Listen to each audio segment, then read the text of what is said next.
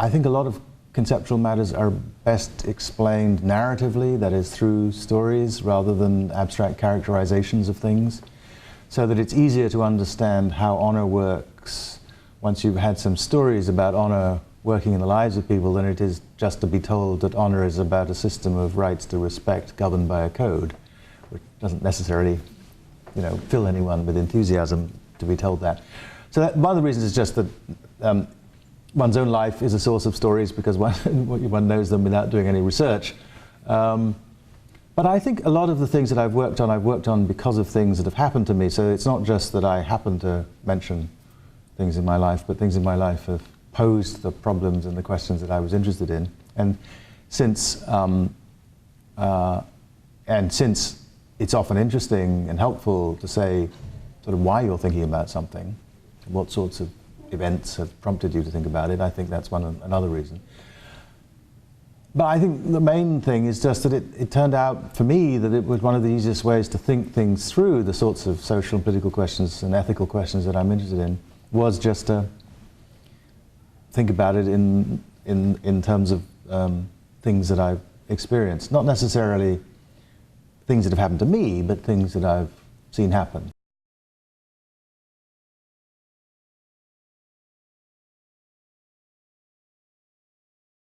Many of the books I've written grow out of a sort of series of arguments or dissatisfaction with things that I said before. So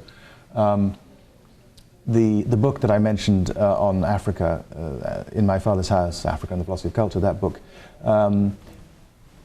included, obviously, discussions of questions about identity, but I wasn't entirely satisfied with what I'd said there, and so I went on to write a book called The Ethics of Identity, which is kind of re-exploring those issues. The last chapter of the book on the ethics of identity had some remarks about cosmopolitanism. I wasn't entirely happy with what I said there, so I wrote a book about cosmopolitanism. And the honor work came out of some dissatisfaction with something in the cosmopolitanism book.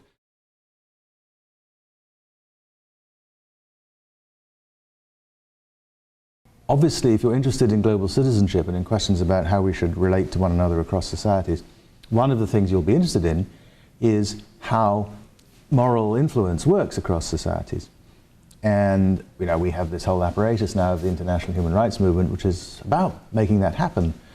And in the course of thinking about that, I came across some remarks about how foot binding had come to an end in China, which mentioned the role of missionaries and women, the wives of foreign businessmen on the coast and so on. And so that seemed like a good example of a case where a form of moral change was brought about in part by foreign influences. And then I read that the sort of standard view seemed to be in the historiography that this had happened in part because the Chinese had come to see honor killing as a stain on the national honor. And the first time I read that, I thought, that's really strange, because I would have thought that you didn't need any special reason to stop causing extreme pain to 3- and 4-year-old girls by mutilating their feet. I would have thought that was a no-brainer. I wouldn't have thought that you needed to mention anything else, that you should just tell people what was involved and they would see that they ought not to be doing it. And if I were going to bring in other things, it would never have occurred to me in a million years that the right thing to bring in was national honor, the honor of China. So, but I didn't have time in finishing the cosmopolitanism book to work that out. So I thought, well, that's a good topic to investigate. And I was invited to give some more historical lectures about 3 years later. And I thought, well, I've got about 3 years to try and figure some of this out.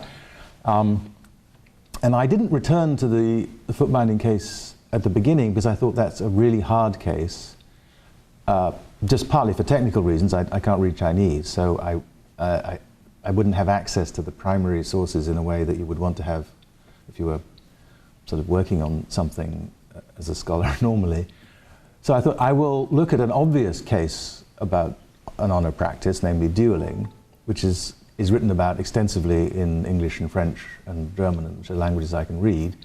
And I will try and get a grip on honor through that, and then once I've sort of got some general ideas about honor, I will then try to think about it in other places. And it was important to me that this was a book about honor, and if it's a book about honor, it has to be a global book, because it's not a British practice, it's not an American practice, it's not a French practice. And so I wanted to find other cases as well, and so I then I returned to the Chinese case, which had got me interested in the first place. But then I thought, you can't really talk about honor in the modern world without thinking about honor killing, honor murder of mostly of women. And I picked Pakistan not because I have anything against Pakistan, but because it has the highest reported numbers of honor killings in the world. And also because much of the material about Pakistan, because it was a British colony, is in English, so I could read it. Because in all of these cases, though there was lots of very good secondary material, it wasn't mostly written by people who had my interest in mind.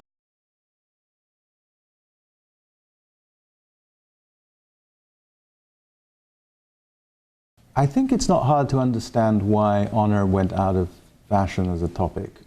First of all, in English-speaking philosophy, detailed moral psychology went out of fashion just generally for half a century, as it were, starting in the beginning of the 20th century and going on through to sometime in the 60s, when I would say serious moral psychology begins again. But the main reason I think honor was abandoned is because it sounds so horribly elitist and old-fashioned. And while there are elitist philosophers, most philosophers in the English-speaking world have been of a liberal disposition, and they've been inclined to think that democracy is the right thing, and honor sounds like it belongs to aristocracies. So, and there is a kind of honor that belongs to aristocracies, and I'm against that, as all these people were.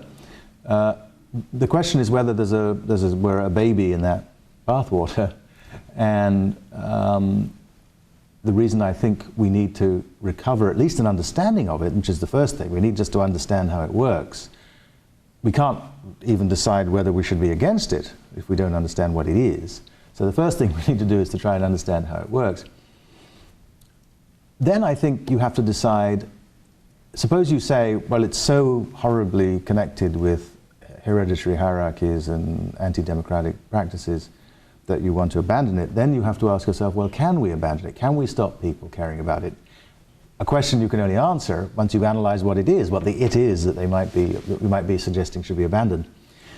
If, as I propose, not originally, other people have thought about this, but if, as I propose, the heart of honor is a system of rights to respect of a certain sort, governed by a code, then the question is, look across the range of the ethnographic evidence, look across human history, and ask whether you could imagine a human society which didn't have practices that assigned rights to respect to people on the basis of various things, achievement, moral qualities, excellences that are not moral at all in sports and in music and in the arts and so on.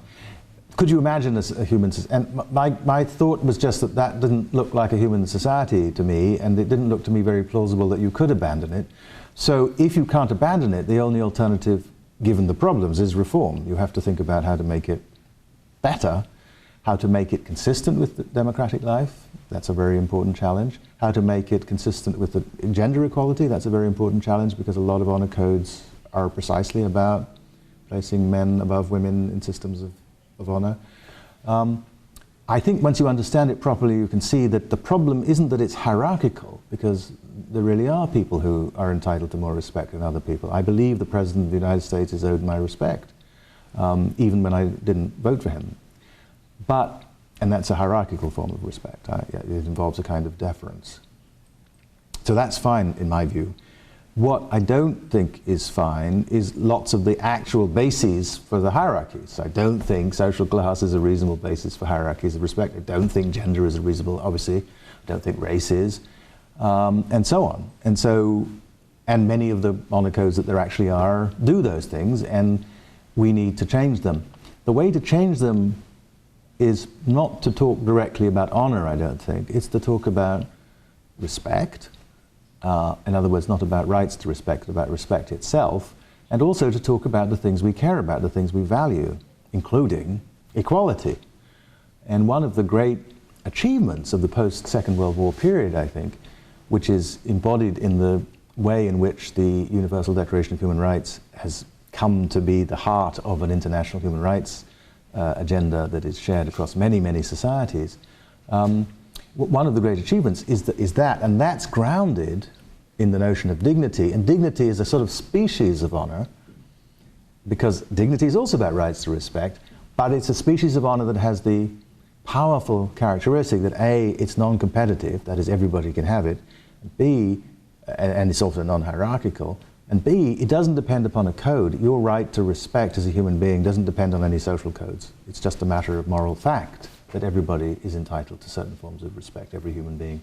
I think that here now there's a basis for the different points of view. I think what I just said ought to be common ground for everybody.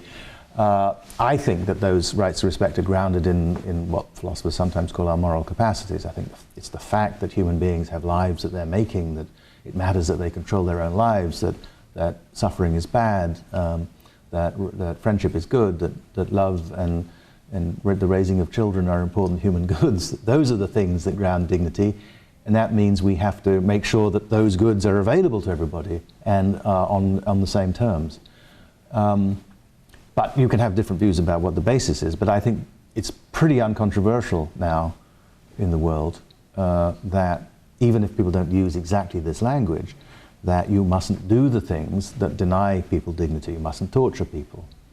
You must allow people to take part in the management of their own societies. All of these things are grounded in the notion of the rights that people are entitled to in virtue of their humanity, and those are not contingent upon any codes, any social codes. You've got to get everybody dignity first. I mean, that's the really important thing. You've got to give everybody what their dignity entitles them to. You've got to give them the forms of respect that are their due.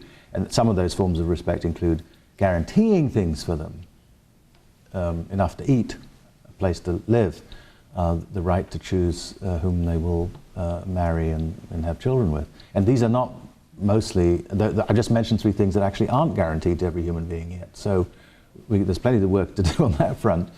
But then honor, the code-based forms of assignment of respect can do work too, and they can do work, some of which is less grand than that. I mean, one of the things that honorary degrees do is kind of allow us to show that we respect academic values. They mean something to you and to me because we are embedded in a world in which those scholarly values are important.